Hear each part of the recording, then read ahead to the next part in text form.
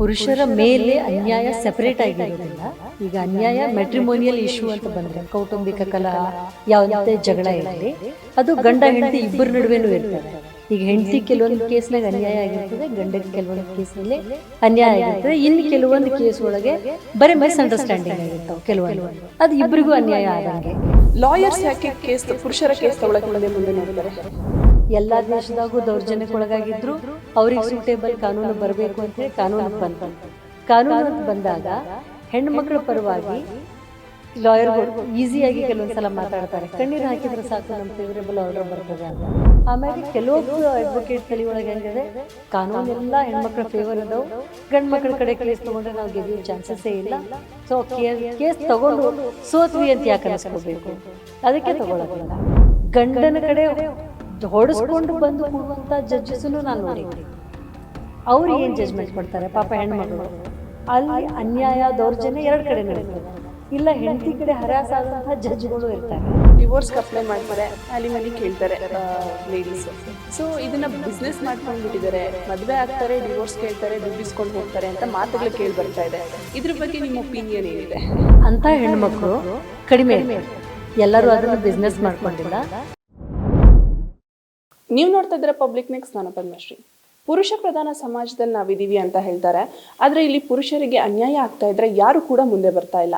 ಇನ್ನು ಕಾನೂನು ಅಂತ ಹೋದ್ರೆ ಪುರುಷರು ನಮಗೆ ಅನ್ಯಾಯ ಆಗ್ತಾ ಇದೆ ಅಂದ್ರೂ ಕೂಡ ಕೇಸ್ ತಗೊಳಕ್ಕೆ ಹಿಂದೆ ಮುಂದೆ ನೋಡ್ತಾರಂತೆ ಕೆಲವು ಅಡ್ವೊಕೇಟ್ಗಳು. ಇನ್ನು ಈ ಬಗ್ಗೆ ಮಾತಾಡೋದಕ್ಕೆ ನಮ್ಮ ಜೊತೆ ಇವತ್ತು ರಾಜಲಕ್ಷ್ಮಿ, ಅಡ್ವೊಕೇಟ್ ರಾಜಲಕ್ಷ್ಮಿ ಅವರಿದ್ದಾರೆ. ಬನ್ನಿ ಅವ್ರನ್ನ ಮಾತಾಡಿಸ್ಕೊಂಡು ಹೋಗೋಣ. ಮೇಡಮ್, ಮೊದಲಿಗೆ ಪುರುಷರ ಮೇಲೆ ಅನ್ಯಾಯ ದೌರ್ಜನ್ಯ ಅಂದ್ರೆ ಯಾವ ರೀತಿ ನಡೀತಾ ಇದೆ ಇಲ್ಲಿ? ಪುರುಷರ ಮೇಲೆ ಅನ್ಯಾಯ ಸೆಪರೇಟ್ ಆಗಿರೋದಿಲ್ಲ. ಈಗ ಅನ್ಯಾಯ ಮೆಟ್ರಿಮೋನಿಯಲ್ ಇಶ್ಯೂ ಅಂತ ಬಂದರೆ ಕೌಟುಂಬಿಕ ಕಲಹ ಯಾವುದೇ ಜಗಳ ಇರಲಿ, ಅದು ಗಂಡ ಹೆಂಡತಿ ಇಬ್ಬರ ನಡುವೆನೂ ಇರ್ತದೆ. ಈಗ ಹೆಂಡತಿ ಕೆಲವೊಂದು ಕೇಸ್ನಾಗ ಅನ್ಯಾಯ ಆಗಿರ್ತದೆ, ಗಂಡಗೆ ಕೆಲವೊಂದು ಕೇಸ್ನಲ್ಲಿ ಅನ್ಯಾಯ ಆಗಿರ್ತದೆ. ಇನ್ನು ಕೆಲವೊಂದು ಕೇಸ್ ಒಳಗೆ ಬರೀ ಮಿಸ್ಅಂಡರ್ಸ್ಟ್ಯಾಂಡಿಂಗ್ ಆಗಿರ್ತಾವೆ ಕೆಲವೊಂದು, ಅದು ಇಬ್ಬರಿಗೂ ಅನ್ಯಾಯ ಆದಂಗೆ. ಇಲ್ಲಿ ಹೆಂಗಾಗ್ತದೆ ಅಂತಂದರೆ, ಪುರುಷರ ಮೇಲೆ ಅನ್ಯಾಯ ಅಂತಂದರೆ ಕೆಲವೊಂದು ಮಹಿಳಾ ಪರ ಕಾನೂನುಗಳು ಅಂತ ಏನು ಬಂದಾವು, ಅದರಿಂದ ಕಾನೂನುಗಳದ್ದೇನಾದರೂ ಮಿಸ್ಯೂಸ್ ಆಗಿದ್ದರೆ ಆವಾಗ ಪುರುಷರ ಮೇಲೆ ಅನ್ಯಾಯ ಅಂತ ಅದನ್ನು ಕರಿಬಹುದು. ಆದರೆ ಆ ಒಂದು ಮಿಸ್ಯೂಸ್ ಅನ್ನೋದು ಆಗಿದೆಯೋ ಇಲ್ವೋ ಅಂತ ಗೊತ್ತಾಗೋದು ಪ್ರಾಪರಾಗಿ ಕೇಸ್ ಒಂದು ಟ್ರಯಲ್ ಸ್ಟೇಜ್ ಬಂದಾಗ, ಅದಕ್ಕೇನಾದರೂ ಸಾಕ್ಷಿಗಳನ್ನು ಅವ್ರು ತಂದು ಕೊಟ್ಟಾಗ, ಅದೆಲ್ಲ ಮಾಡಿದಾಗ. ಇಲ್ಲ ಅಂದರೆ ಜನರಲ್ ಆಗಿ ನೀವು ನೋಡಿರ್ತೀರಿ, ಯಾರಿಗೇ ಆಗಲಿ ಒಂದು ಕೈಯಿಂದ ಏನಾದರೂ ಲಾಸ್ ಆಗಕತ್ತದೆ, ಕೋರ್ಟ್ ಎದುರಿಗೆ ಕೇಸು ನಮ್ಮ ಕೈ ತಪ್ಪಿ ಹೊಂಟದ ಅಂತಂದರೆ ಪ್ರತಿಯೊಬ್ಬ ವ್ಯಕ್ತಿನೂ ಏನು ಫೀಲ್ ಮಾಡ್ತಾನೆ, ನನಗೆ ಅನ್ಯಾಯ ಆಗಿದೆ ಅಂತಲೇ ಫೀಲ್ ಮಾಡ್ತಾನೆ. ಜಸ್ಟಿಸ್ ಅಂತ ಅನ್ನೋದು ಅದು 2 edges sword ಇದ್ದಂಗೆ. ಕೆಲವೊಂದು ಸಲ ಇವ್ರಿಗೆ ಅದು ಅನ್ಯಾಯ ಆಗ್ತದೆ, ಕೆಲವೊಂದು ಸಲ ಗಂಡಗೆ ಅನ್ಯಾಯ ಆಗ್ತದೆ. ಆದರೆ ಇದು ಮಹಿಳಾ ಪರ ಕಾನೂನುಗಳನ್ನು ದುರುಪಯೋಗ ಮಾಡ್ಕೊಂಡಾರ ಅನ್ನುವಂತಹ ಕೂಗು ಯಾವಾಗ ಕೇಳಿ ಬರ್ತದಲ್ಲ, ಆವಾಗ ಅದರದ್ದು ಅನ್ಯಾಯ ಆಗಿದೆ ಅಂತ ನಾವು ಅನ್ಕೋಬೇಕಾಗ್ತದೆ. ಇವಾಗ ನೀವು ಮಹಿಳಾ ಪರ ಕಾನೂನು ಅಂತ ಹೇಳಿದ್ರೆ ಯಾವೆಲ್ಲ ಕಾನೂನುಗಳೆಲ್ಲ ಮಿಸ್ಯೂಸ್ ಆಗುತ್ತೆ, ಮಹಿಳೆಯರು ಮಿಸ್ಯೂಸ್ ಮಾಡ್ಕೋಬಹುದು ಗಂಡಸರ ವಿರುದ್ಧ ಅಥವಾ ಪುರುಷರ ವಿರುದ್ಧ? ಯಾವೆಲ್ಲ ಅಂತಲ್ಲ, ಈಗ ಅನ್ಯಾಯ ಅಂತ ಬಂದಾಗ ಕಾನೂನು ಬರೀ ಕಾನೂನಿನ ಒಂದು ದುರುಪಯೋಗ ಆಗಿರೋದಿಲ್ಲ, ಅಲ್ಲಿ ಕಾನೂನನ್ನು ಅವ್ರು ಹೆಂಗೆ ಪ್ರೆಸೆಂಟ್ ಮಾಡ್ತಾರೆ. ಈಗ ಮುಖ್ಯವಾಗಿ ಇವತ್ತಿನ ಸೊಸೈಟಿ ಒಳಗೆ ಎಲ್ಲರೂ ಹೇಳೋದೇನಂತಂದರೆ 498A. ಯಾರಿಗೂ ನೀವು ಕಾನೂನೇ ಗೊತ್ತಿರಲಾರ್ದವ್ರಿಗೂ ಹೋಗ್ಬೇಕಾದ್ರೂ ಮಾತಾಡಿಸ್ರಿ, ಅವ್ರ ಬಾಯಿಯೊಳಗೆ ಈ ಸೆಕ್ಷನ್ ಬಗ್ಗೆ ಗೊತ್ತಿದ್ದೇ ಇರ್ತದೆ.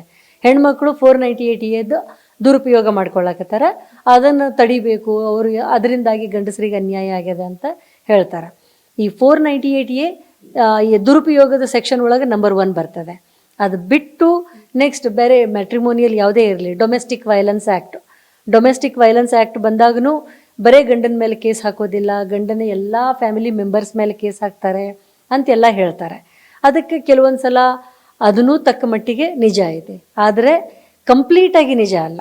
ದುರುಪಯೋಗ ಎಲ್ಲ ಪ್ರತಿಯೊಂದು ಒಳ್ಳೆಯ ಕಾನೂನು ಬರಲಿ ಅದರ ದುರುಪಯೋಗ ಇದ್ದೇ ಇರ್ತದೆ. ಮಿಸ್ಯೂಸ್ ಒಳಗೆ ಇದು ಮ್ಯಾಟ್ರಿಮೋನಿಯಲ್ ಕೌಟುಂಬಿಕ ಅಂತ ಬಂದಾಗ ಈ 2 ಸೆಕ್ಷನ್ಗಳು, ಈ 2 ಕಾನೂನಿನ ಬಗ್ಗೆ ಹೆಚ್ಚಿನ ಕೂಗು ಕೇಳಿ ಬರ್ತದೆ. ಈಗ 498A ಅಂತ ಹೇಳಿದ್ರೆ ನೀವು ಏನದು ಕಾನೂನು? ಈಗ ಅದನ್ನು ಸಾಮಾನ್ಯ ಭಾಷೆ ಒಳಗೆ ಅದನ್ನು ವರದಕ್ಷಿಣೆ ಕಾನೂನು ಅಂತ ಕರೀತಾರೆ.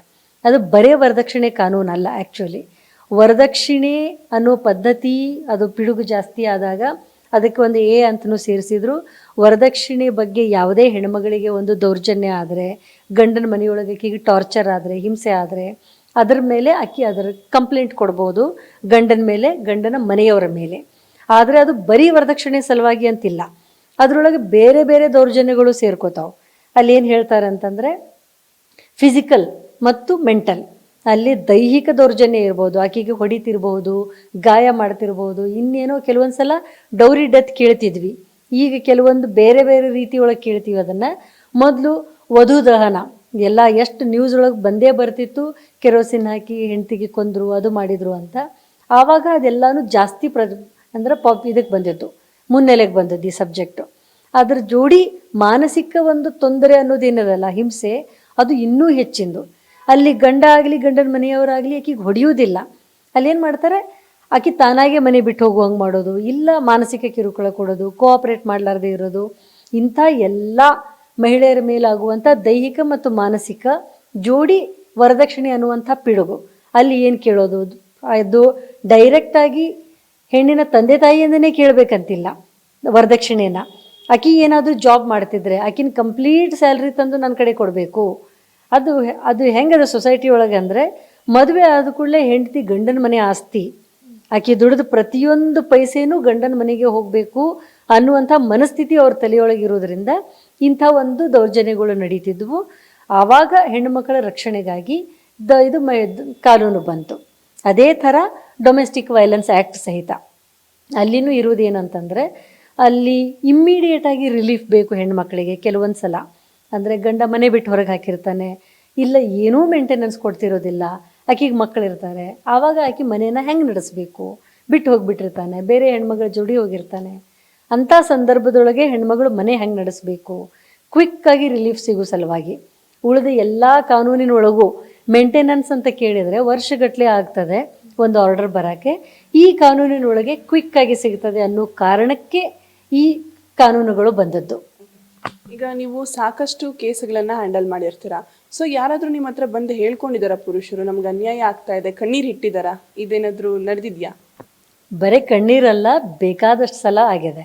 ಯಾಕೆಂದರೆ ಇವತ್ತು ನೀವು ಅತುಲ್ ಕೇಸಿನ ನಂತರ ಸುದ್ದಿ ಒಳಗೆ ಕೇಳಕತ್ತೀರಿ, ಬೆಂಗಳೂರೊಳಗೆ ಪುರುಷ ರಕ್ಷಣಾ ವೇದಿಕೆ ಐತಿ ಅಂತ, ಹರಾಸ್ಡ್ ಹಸ್ಬೆಂಡ್ಸ್ ಅಸೋಸಿಯೇಷನ್ ಐತಿ, SIF ಅಂದರೆ ಸೇವ್ ಇಂಡಿಯನ್ ಫ್ಯಾಮಿಲಿ ಅಂತ ಒಂದು ಆರ್ಗನೈಸೇಷನ್ ಅದು ಐತಿ.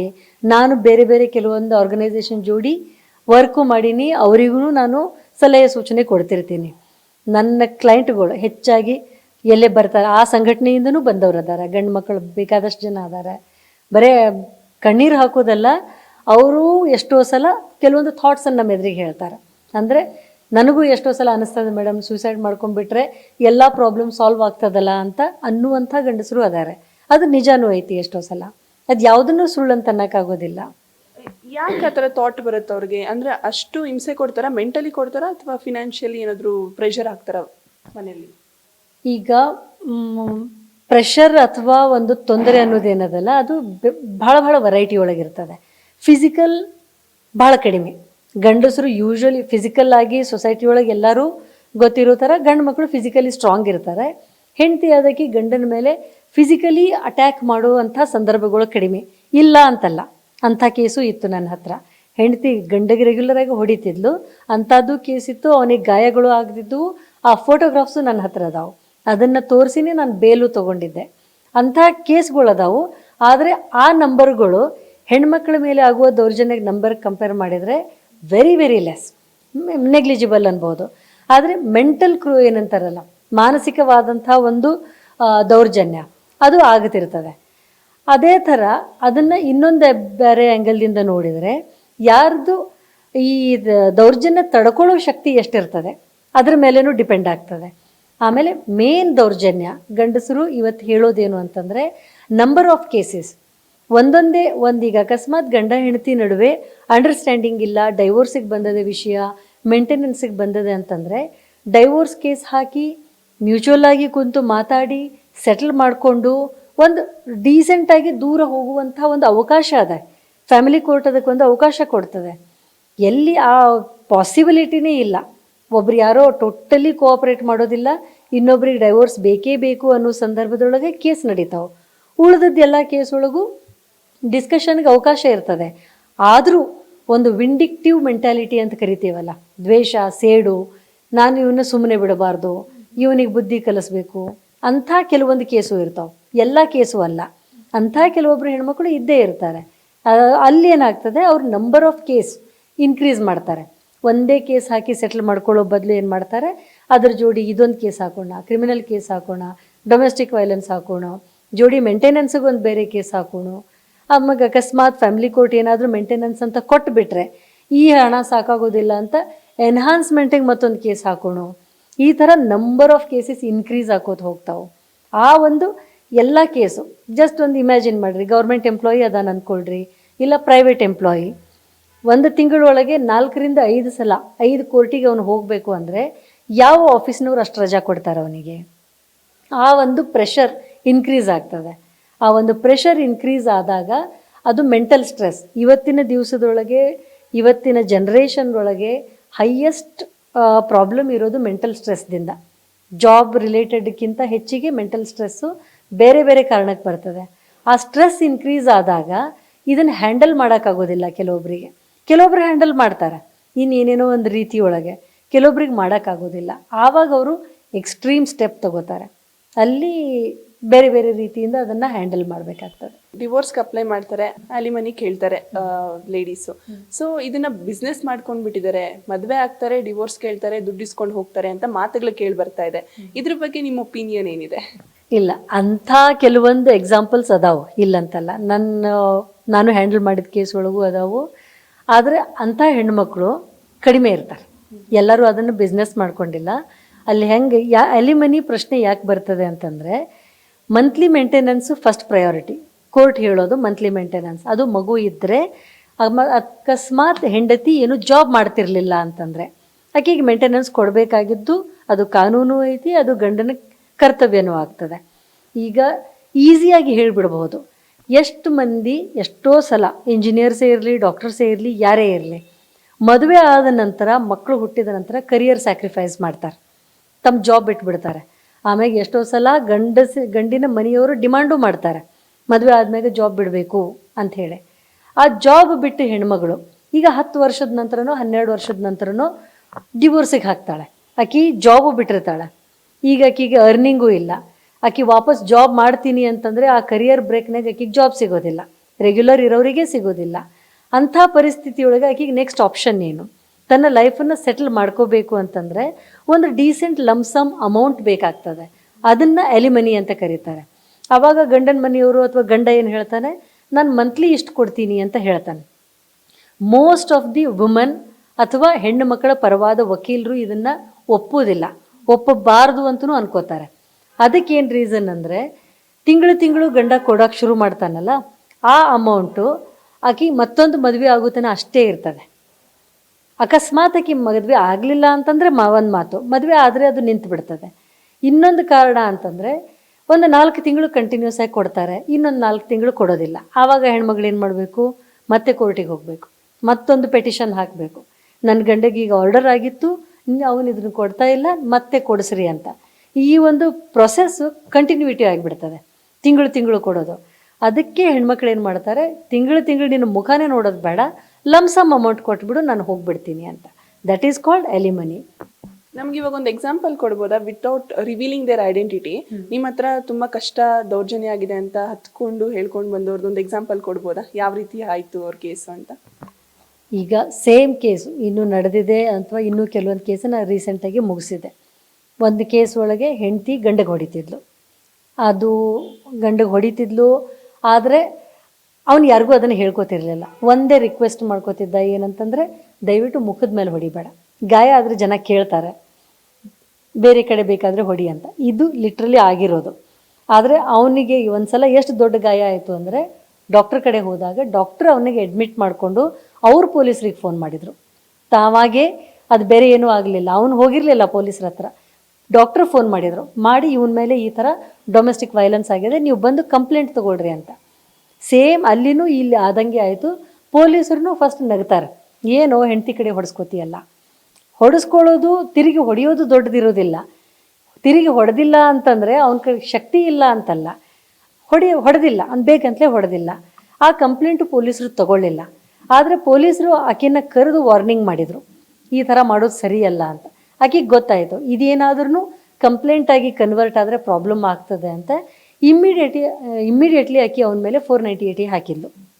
ಆಕಿನೇ ಹಾಕಿದ್ಲು. ಸೇಮ್ ಪೊಲೀಸರು ಯಾರು ಆಕಿಗೆ ವಾರ್ನಿಂಗ್ ಮಾಡಿದ್ರು ಅವ್ರು ಈ ಕೇಸನ್ನು ರಿಜಿಸ್ಟರ್ ಮಾಡಿಕೊಂಡ್ರು. 498 ರಿಜಿಸ್ಟರ್ ಮಾಡಿಕೊಂಡ್ರು, ಬಟ್ ನನ್ನ ಕ್ಲೈಂಟದ್ದು ಮಾಡಲಿಲ್ಲ. ನಾನು ಅವನಿಗೆ ಬೇಲ್ ತೊಗೊಂಡೆ. ಆಮೇಲೆ ಕೇಸ್ ನಡೆಸಿದ್ವಿ, ಕೇಸು ಸೆಟ್ಲ್ ಆಯಿತು, ಆಕೆಗೆ ಎಲ್ಲ ಇದು ಆಯಿತು. ಆಕೆ ಬೆಂಗಳೂರೊಳಗೆ ಕೇಸ್ ಹಾಕಲಿಲ್ಲ, ಹೋಗಿ ತಮ್ಮೂರೊಳಗೆ ಆಂಧ್ರ ಪ್ರದೇಶದೊಳಗೆ ಕೇಸ್ ಹಾಕಿದ್ಲು. ಎಲ್ಲ ಕೇಸ್ ಹಾಕಿ ಏನೇನೋ ನಡೀತು. ಈ ಥರದ ಎಕ್ಸಾಂಪಲ್ಸ್ ಅದಾವೆ. ಬೇರೆ ಬೇರೆ ರಾಜ್ಯದೊಳಗು ತಮಿಳ್ನಾಡಿಗೆ ಹೋಗಿ ಕೇಸ್ ಹಾಕಿದಂಥ ಎಕ್ಸಾಂಪಲ್ಲು ಅದಾವೆ. ಆ ಗಂಡು ಮಗ ಅದು ಎಷ್ಟು ಸಫರ್ ಆದ, ಬೇರೆ ಗಂಡು ಮಗ ಇನ್ನೊಬ್ಬ ಇದ್ದ, ಅವನು ಯಾವ ರೀತಿ ಸಫರ್ ಆದ. ಆ ಕೇಸ ಒಂದು ಪ್ರೂವ್ನೂ ಆಯಿತು. ತಮಿಳ್ನಾಡಿಂದ ಹೇಳ್ದಲ್ಲ, ಅವನು ಕೋರ್ಟು ಪ್ರೂವ್ನೂ ಹೇಳಿದರು ಹೆಂಡತಿ ಹಾಕಿರೋ 498 ಕಂಪ್ಲೀಟಾಗಿ ಸುಳ್ಳಾಗಿದ್ದು ಅಂತ ಜಜ್ಮೆಂಟು ಬಂತು. ಆ ಜಜ್ಮೆಂಟದ ಆಧಾರದ ಮೇಲೆ ನಾನು ಬೆಂಗಳೂರೊಳಗೆ ಅವನಿಗೆ ಡೈವರ್ಸು ಕೊಡಿಸಿದೆ. ಇಂಥ ಕೇಸ್ಗಳು ಅದಾವೆ. ಈ ಗಂಡು ಮಕ್ಕಳು ಎಲ್ಲೋ ಒಂದು ಕಡೆ ಎದುರ್ತಾರ ಅಥವಾ ಸಂಕೋಚ ಪಡ್ತಾರ ನಮಗೆ ದೌರ್ಜನ್ಯ ಆಗಿದೆ ಅಂತ ಮುಂದೆ ಬರೋದಕ್ಕೆ? ಸಮಾಜ ಎಲ್ಲಿ ನಮ್ಮನ್ನ ಕೀಳಾಗಿ ನೋಡುತ್ತೆ ಅಥವಾ ಜನ ಎಲ್ಲಿ ನಗ್ತಾರೆ ಅನ್ನೋದು ಯೋಚನೆ ಮಾಡ್ತಾರ? ಅಲ್ಲ, ಅಕಸ್ಮಾತ್ ಇದು ಅನ್ಯಾಯ ಆಗಿರುವಂತಹ ಗಂಡು ಮಕ್ಕಳು ಏನದಾರ ಅದರೊಳಗೆ ಈ ಸಂಖ್ಯೆನೂ ಇದೆ. ಅದೇ ಹೆಣ್ಮಕ್ಳು ಹೆಂಗೆ ಈಗ ಎಲ್ಲರೂ ಕೇಸ್ ಹಾಕಿದವ್ರು ಎಲ್ಲರೂ ಫೇಕ್ ಇರಂಗಿಲ್ಲ. ಅದೇ ಥರ ಗಂಡು ಮಕ್ಳಿಗೂ ಕೆಲವೊಂದು ಸಲ ಹೆಂಗಿರ್ತದೆ, ದೌರ್ಜನ್ಯದ ಒಂದು ಡೆಫಿನಿಷನ್ ಚೇಂಜ್ ಆಗಿಬಿಡ್ತದೆ ಅವರಿಗೆ. ಇಲ್ಲಿ ಇನ್ನೂ ಒಂದು ಆ್ಯಂಗಲ್ದಿಂದ ನೋಡ್ರಿ, ಹೆಣ್ಮಕ್ಳು ಸ್ವಲ್ಪ ಸಶಕ್ತರಾದಂಗೆ ಯಾಕೆ ಹಿಂಗೆ ಮಾಡ್ತೀಯ ಅಂತ ಪ್ರಶ್ನೆ ಕೇಳ್ತಾರೆ. ಕೆಲವೊಬ್ರು ಗಂಡು ಮಕ್ಕಳಿಗೆ ಪ್ರಶ್ನೆ ಕೇಳೋದೇ ಲೈಕ್ ಆಗೋದಿಲ್ಲ. ಆವಾಗ ಅವರಿಗೆ ನನಗೆ ಅನ್ಯಾಯ ಆಗಕತ್ತದ ಅಂತ ಅನ್ಕೋತಾರೆ. ಆ ಥರದ್ದು ಅಲ್ಲ, ನಿಜವಾದ ಅನ್ಯಾಯ ಆದಂಥ ಗಂಡು ಮಕ್ಕಳು ಕೆಲವೊಬ್ಬರು ಅವರೂ ಮುಂದೆ ಬರೋದಿಲ್ಲ. ಏನೋ ನನ್ನ ಹಣೆ ಬರೋ ಅಂದ್ಕೊಂಡು ಅವರು ವೇಟ್ ಮಾಡ್ತಾರೆ. ಇನ್ನು ಕೆಲವೊಬ್ಬರು ಮುಂದೆ ಬರ್ತಾರೆ, ಕೇಸ್ ಹಾಕ್ತಾರೆ, ಒಂದು ಮೆಂಟಲ್ ಹರಾಸ್ಮೆಂಟ್ ಗ್ರೌಂಡ್ ಮೇಲೆ ಕೇಸ್ ಹಾಕ್ತಾರೆ, ಕೇಸ್ ನಡೀತದೆ. ಬಟ್ ಪ್ರೂವ್ ಹೆಂಗೆ ಮಾಡೋದು ಅದನ್ನು?